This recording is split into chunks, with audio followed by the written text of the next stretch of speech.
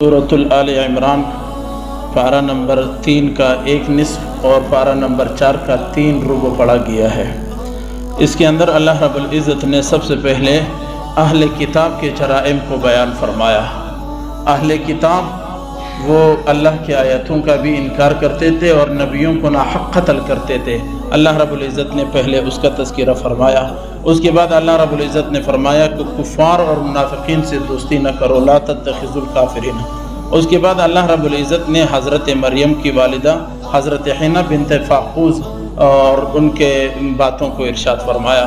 حضرت حنہ نے یہ منت مانی تھی کہ اللہ مجھے بیٹا دے گا اور میں اللہ کے دین کے لیے خدمت کے لیے وقف کروں گا، لیکن اللہ رب العزت نے بیٹا نہیں دیا، بیٹی جیسی مریم علیہ السلام وہ اللہ رب العزت نے نصیب فرمائی۔ تو اس پر اس کو تھوڑا سا شبہ ہو گیا کہ اللہ سے بیٹا مانگا تھا، اللہ نے بیٹی عطا فرما دی۔ اس پر اللہ نے فرمایا الیس الذکر کالانثی، یہ بیٹی جو ہے نا وہ عام بیٹیوں کی طرح نہیں ہے، یہ ان سے زیادہ بہتر ہے۔ اس کے بعد اللہ رب العزت نے حضرت عیسیٰ علیہ السلام کے تذکرے کو ارشاد فرمایا کہ حضرت عیسیٰ کی پیدائش کیسے ہوئی، اور پھر اس کے بعد اللہ رب العزت نے اس ایک ربع کے آخر میں یہودیوں کی سازش کو بیان فرمایا۔ یہودی حضرت عیسیٰ کو قتل کرنے لگے تو حضرت عیسیٰ علیہ السلام کو نے اعلان کیا کہ میرا مدد کرنے والا کون ہے؟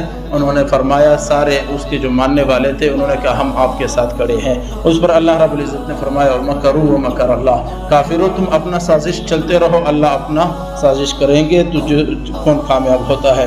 اس کے بعد اللہ رب العزت نے مباہلے کو بیان فرمایا۔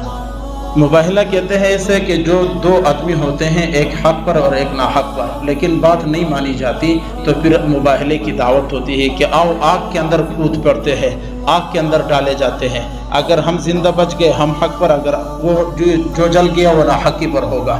تو اسی کو اللہ رب العزت نے دعوت مباہلے کو بیان فرمایا۔ اس کے بعد اللہ رب العزت نے فرمایا کہ ابراہیم علیہ السلام نہ یہودی تھے نہ نصرانی تھے، بلکہ ابراہیم علیہ السلام وہ سیدھے سادے مسلمان تھے۔ اس کے بعد اللہ رب العزت نے عہد لیا کہ انبیاء اکرام علیہ السلام سے اور پھر پوری امت سے عہد لیا۔ اس کے بعد اللہ رب العزت نے چوتھے پارے شروع فرمایا، اور چوتھے پارے کی پہلی آیت میں اللہ رب العزت نے فرمایا کہ تم خرچ کرو اس چیز کو جو تمہیں سب سے زیادہ محبوب ہے۔ جیسے آج کی دنیا میں ہمیں جو چیز محبوب ہو اس کو اللہ کی راہ میں خرچ کر دینا چاہیے۔ اللہ ہمارا محبوب ہے تو ہمارا محبوب مال اللہ کے راستے میں لگنا چاہیے، اور آج کل رمضان کے دن ہے اور زیادہ۔ اسی صفحے پارے نمبر 4 کے اوپر جو ہے اللہ رب العزت نے بیت اللہ شریف کی فضیلت بیان فرمائی۔ ان اول بیت وضع للناس، یہ اللہ رب العزت نے سب سے پہلا گھر دنیا میں قائم فرمایا عبادت کے لیے، اور پھر اس کے اندر مقام ابراہیم ہے جس پر ابراہیم علیہ السلام نے کھڑے ہو کر تعمیر فرمائی تھی۔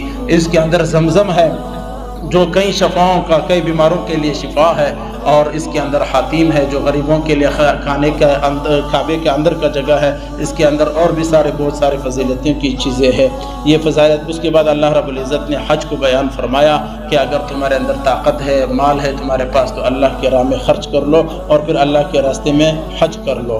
اس کے بعد اللہ رب العزت نے فرمایا جو نیک لوگ ہوں گے قیامت میں ان کے چہرے سفید ہوں گے، اور جو بدکار لوگ ہوں گے قیامت میں ان کے چہرے کالے ہوں گے، ان کے چہروں پہ کالی نشانیاں ہوں گی۔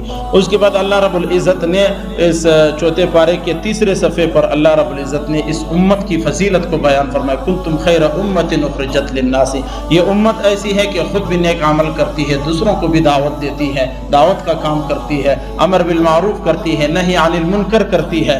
یہ اس امت کی فضائل ہیں جو اللہ رب العزت نے فرمایا۔ اس کے بعد اللہ رب العزت نے ایک مرتبہ پھر فرمایا لا تتخذوا بطانکم، کہ اے لوگو تم یہودیوں کے ساتھ، منافقوں کے ساتھ، کافروں کے ساتھ دوستی نہ لگاؤ، بلکہ تمہاری دوستی مومنوں کے ساتھ ہونا چاہیے۔ اس کے بعد اللہ رب العزت نے دوسرے ربع کے اندر اللہ رب العزت نے غزوہ بدر کو بیان فرمایا۔ غزوہ بدر اس رمضان المبارک کے مہینے میں پیش آیا تھا، اور یہ اسلام کا سب سے پہلا جنگ اور جہاد تھا، اور اس میں حق اور باطل کا پتہ چلا۔ اللہ رب العزت نے مسلمانوں کو کامیابی نصیب فرمائی، اور کافر تعداد میں زیادہ ہونے کے باوجود پسپا ہو گئے تھے اور وہ ناکام ہو گئے تھے۔ یہ اسلام کا تذکرہ اللہ نے بیان فرمایا، اور اس کے ساتھ اللہ نے کچھ آیات جہاد کی بھی ارشاد فرمائی۔ یقیناً دین اسلام کا غلبہ جہاد سے ہی آئے گا، اور دنیا پر اسلامی نظام جہاد کے ذریعے ہی آ سکتا ہے۔ اس کے بعد اللہ رب العزت نے اس پارے کے اس تیسرے ربع کے اندر ذاکرین کو بیان فرمایا کہ ذکر کرنے والے بڑے فضیلت والے ہیں، جو سجود اور رکوع کرنے والے ہیں، اللہ کا ذکر کرنے والے ہیں، ان کو بیان فرمایا۔ پھر اس کے بعد اللہ رب العزت نے چند بڑی خاص دعائیں فرمائی اور یہ بیان فرمائی، جیسا ربنا فاغفر لنا ذنوبنا وکفر عنا سیئاتنا وتوفنا مع الابرار، اے اللہ ہمارے گناہوں کو معاف فرما دے، ہم گندے ہیں، ہم گناہ گار ہیں، ہمارے گناہوں کو معاف فرما دے، اے اللہ ہمیں دنیا کی رسوائی نہ دنیا میں رسوا نہ کرنا اور آخرت میں رسوا نہ کرنا۔ بڑی خوبصورت دعائیں اس سپارے کے اندر بیان ہوئی۔ آخر میں اللہ رب العزت نے اہل ایمان کا تذکرہ کیا کہ ایمان والے ایسے ہوتے ہیں جو صبر کرتے ہیں، ایمان والے ایسے ہوتے ہیں جو اللہ کے لیے مشقت کی برداشت کرتے ہیں، اللہ کے راستے میں لڑتے ہیں، اور یہی لوگ کامیاب ہیں۔ یہی خلاصہ ہے آج کا تیسرا پارے کا آدھا اور چوتھے پارے کا 3 ربع یعنی 3 پاؤ پڑھا گیا ہے۔ اللہ قبول فرمائے۔ الحمد